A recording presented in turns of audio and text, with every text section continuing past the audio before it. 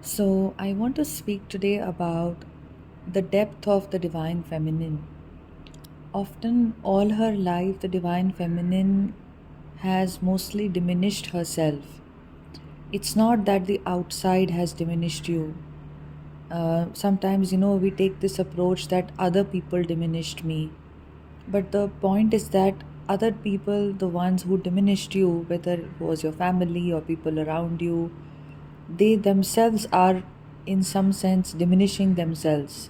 Okay, so when somebody themselves have, they are diminished themselves in the sense that they have not come into their power, they don't have conscious awareness and all of that, it is but natural for them to also offer the same vibration to you, the same behavior to you. Okay, and a lot of the times this is karmic in nature, it is coming from past life. What we cause to somebody else comes back and is reflected to us, in the effect that we experience. There is no effect without cause. So, the point that I'm trying to make here is, without complaining about who did what to you, who made you feel like what, if you can start to recognize your own depth, okay, in the sense that all your life you have diminished yourself. Nobody else has diminished you till you allowed them to. It's been you all along who has diminished herself. What does this mean? It means that, settling for relationships which were not good for you, settling for things because on the surface they seemed good, placing other people on a pedestal because they seem to have been meeting some criteria in your head. Maybe they were wealthy or beautiful or whatever, or smart. It can also come in, from a place of wherein you were not able to recognize your own feelings, recognize how much you gave in a connection or a friendship, and how little, you received in turn, which further broke your heart. It could be that in certain relationships, you made it all about that other person, and that other person was calling the shots of the connection. You made it all about them. Like them, they should be the ones deciding when you should meet and, how things should progress, and like whether there should be a commitment or not a commitment, or if it was a relationship, then your life was secondary to their life. Like whatever they did, the socializing came from them. um, in most cultures, it's like the woman also leaves her house to go into the other person's house, which just means that her independent identity holds no value from then on. So many of you who have, experienced this firsthand through marriages or something like that, you would know that now it's like told to you traditionally and culturally that whatever you have built, whatever you have acquired, has very little value. And it is so internalized, in the systems around us. And I sometimes feel like, when we are ascending on this journey, we can clearly see the systems around us are faulty and they are oppressive to the individual. It has been internalized by women naturally and generally so much within them that they are even willing to discredit their own life, their own experiences, and willingly they, look for that redemption, or they look for that emancipation by marrying a man who meets, who has certain things that she feels she needs to be provided for, right? Like making a decision based on these things is so common in today's society. It's always been common, right? That if somebody is, for instance, if you are based in India, then women want to marry someone who is based in the US or in the UK or somewhere outside of India, because of the whole culture of looking up to Western countries and all of that, right? And when you basically start to do this, there is a huge compromise you're making on who you are. You don't, without knowing who you are, without really going deeper and understanding that This is who I am as a person, as a soul, what my depth is. You start to measure your own value through either your looks, or your education, or your job, or the money you have. And because that is the value assessment you have done for yourself, now that is exactly the value assessment you will do for other people as well. So similarly, decisions come out of that value assessment. Decisions to marry can come out of the value assessment of looking at what this other person is doing financially. Where is he settled? How does he look? How much money does he have? Or whatever, are um, the metrics there. So this is exactly where you have not valued yourself. This is one instance. And there can be so many other instances, and it's not really like your fault also, because everybody around you is also valuing experiences based on this. They also value experiences based on these exact metrics, and there is no other way that they can look at life. It's only this. That is why life of in an individual who is not supposedly successful, or who is not wealthy, or who has not done something great, or or something like that, is very, very, it's not respected. Like in if you see somebody is and for women, especially women really suffer this like anything. If you are a single woman at a certain age, maybe you're older, the value automatically in the society for your life goes down, right? Especially you see it not just, I think, in the traditional cultures, you see it everywhere, right? There is no respect suddenly if you lose your husband to death, for instance. Like we've seen that in the traditional cultures, especially, that now that is just something horrible, right? That just suddenly means that you have no value, or you need some you need to in older traditions, women like these had to leave home and go live elsewhere, and they were even banished and all of that. It's not that we can forget all of this, because this is still internalized.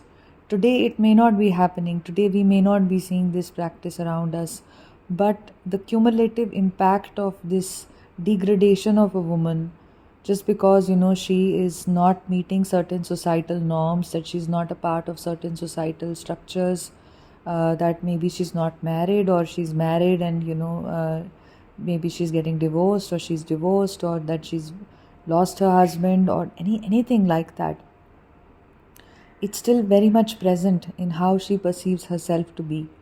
And this leads her to devalue herself, and leads her into some form of overcompensatory behavior, where now she wants to overcompensate for this perceived lack of value she feels. And this overcompensation happens through assessing herself through her success and all of that, and the outside bits, right? Whether it's through her looks or something like that, to feel valued because of her body, or anything of the sort. Or now increasingly it's moving towards educational qualification, that, oh, I went to this university to study, and I did this and I did that, and I used to be like that. And this is all basically what you have to release on this journey, because you hold a lot of value, irrespective of what anybody tells you. Your entire life you could have spent thinking you have no value because you didn't meet certain standards that family around you or people around you were expecting you to meet. And this whole devaluing of the feminine, I'm only speaking of the feminine, and I know that this is a wound of the masculine as well, but I'm just going to speak about it from the perspective of the feminine, while we completely acknowledge that this is also reflected out in the masculine world, absolutely. But as people who are awakening, and as beings who are now seeing the truth, as beings who are releasing our old selves, it is important that we take notice of this and we move past this. So, simply speaking, this starts happening when you're a child. As a child, maybe, again, when you go to school, many of you would have experienced, if you're not the topper in school, the teacher hasn't praised you. If you're not popular, By the time you're a teenager, if you're not, attractive in a certain way, which is what people like to reinforce, or something of the sort, automatically you start recommending yourself to be not worthy. You don't feel worthy about yourself. You think somebody else is worthy. The popular girl is worthy, or the smarter girl is worthy, okay? Or something like that. Comparisons are just rife, in households. Comparison to your siblings, absolutely two individual lives, but compared till the end. Comparison to your cousins, comparisons, coming from their families to you, comparisons among friends, among neighbors. This is just so internalized in your system that you feel like you have to go out there in the world to prove yourself. There is no other way for you to overcompensate for this lack that you're feeling within you. And many of you will be stuck in this even now, maybe in your jobs, in certain situations now, in your work. Whatever you're doing could just be coming from a sense of proving myself. I want to prove myself to the world. I really want to prove myself. It's a very masculine trait, but the world is masculinized. There is no room for the feminine anyway, right? In today's the matrix world, that so to speak, there is no room for the feminine nature. So that masculinization has also been internalized by you, where even you feel like you need to go and prove your worth in the world, where you have to be that good and be this way so that other people validate you. Your twin flame validates you. He sees, how brilliant you are, how beautiful you are, to then, see you and finally choose you. This is not how it will work at all. You have to start valuing your soul. You have to value your individual experience. You're very, very deep. Every time you settled for that relationship where it didn't feel right to you, you knew you had emotions, you knew you had a deep intuition, you knew you had a certain intelligence to you, you knew you had a certain sensitivity to you, you knew you had empathy. I'm not just using labels here.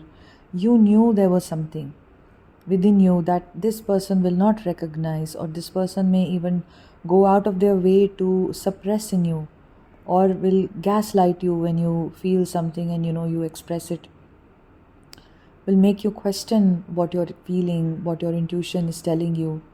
You've gone through so many of those experiences, so many of those relationships, so many of those friendships where you didn't feel like you could be yourself, where you felt judged all the time, right? And you've internalized all of this. So much so that in so many situations, even you would have been judgmental towards other people because you were judging yourself. Others judged you, so you judged yourself. Now it's automatic for you also to judge other people. It's such a natural, cycle that got started. Releasing all of this is so important on this journey. Going deep into your self-love. I won't even use this, but I would just say recognizing that you were always deep. You always deserved the best. You always deserved to be like a queen. This used to be triggering for me ever, like when I did some deep inner healing work, and when I would, in one instance, I found myself, in one childhood instance that I revisited, I found myself describing another woman in my, childhood social circle, family circle, as a queen. And then I asked myself, how would I have felt about being a queen? And of course, the answer was unworthy, or no, fear and like not worthy. How can I be queen? All eyes will be on me. And I had to heal that. So today, if you want, you can also look at this. How do you feel about being like a queen? And being a queen is not a queen, an unawakened queen. Not a queen who is obsessed with just her clothes and how she looks and, by the attention she's receiving. And no, an awakened queen, compassionate to everybody around her, empathy, deep understanding, deep sensitivity, deep intelligence about everything, universal intelligence flowing through her, telling her about, the situations around her, and making her, that is a real queen.